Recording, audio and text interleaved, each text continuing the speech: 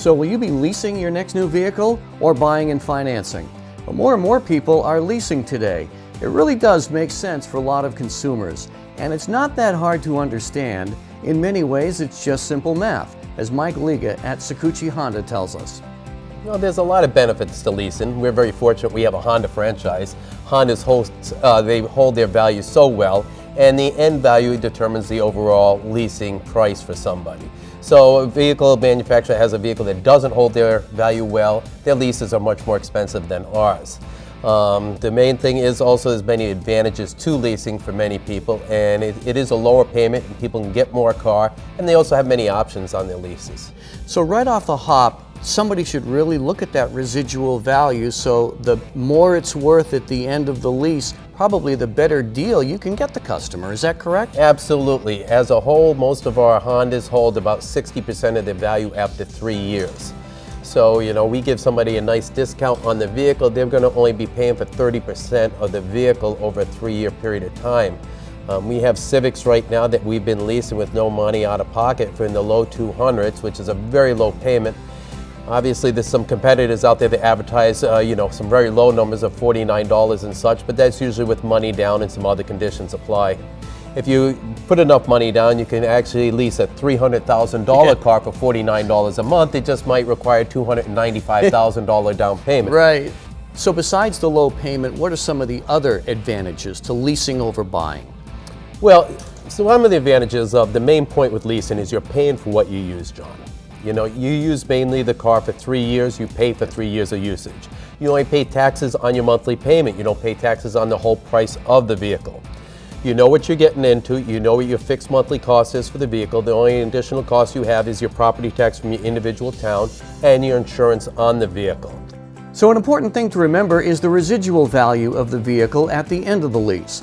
Vehicles like Hondas that keep their value make for the best lease deals. The other thing is you have 3 options at the end of the lease. One, if you love the car, the previous owner, it would be yourself, John. Right. And you can buy the vehicle for a pre-disclosed amount. Number 2, you could just say, I'm all done with it, my needs have changed, I want to just turn the vehicle in, I've used what I need to use, and you turn the vehicle back in, you walk away. And your third option is, a lot of our vehicles, and many of our customers fall into this, they trade the vehicle back in. The vehicle, many times, they didn't drive as many miles as they thought, they took good care of it, and the vehicle is worth more than the buyout value at the end. They have equity which they applied towards a new vehicle. Of course, the amount of miles you drive each year is an important factor, but remember that high mileage should not deter you from considering leasing. Mileage does play an important factor in factoring the cost of the monthly lease payment, but it does not exclude everybody.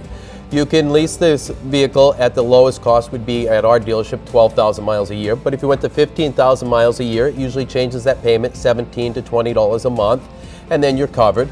And then if you're somebody that drives up to 25,000 miles a year, obviously your payment would be higher, but you would get also more use of the vehicle. Mike, I have another question.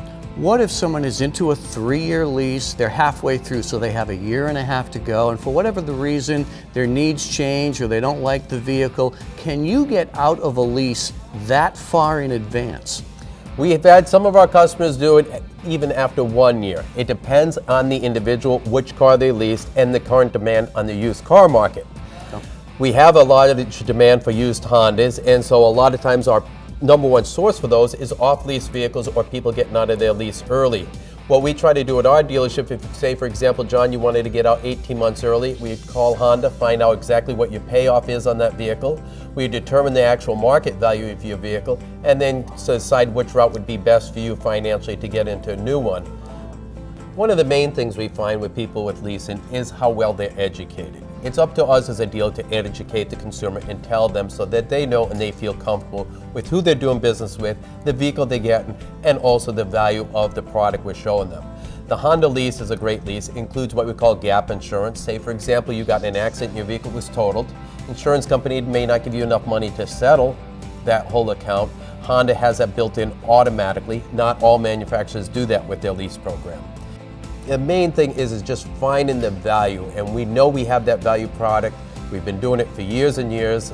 We celebrate our 65th anniversary this month, and we have everybody trained on it. I've been personally to many different education programs on leasing, and finding the vehicle with the price and matches your needs and your requirements.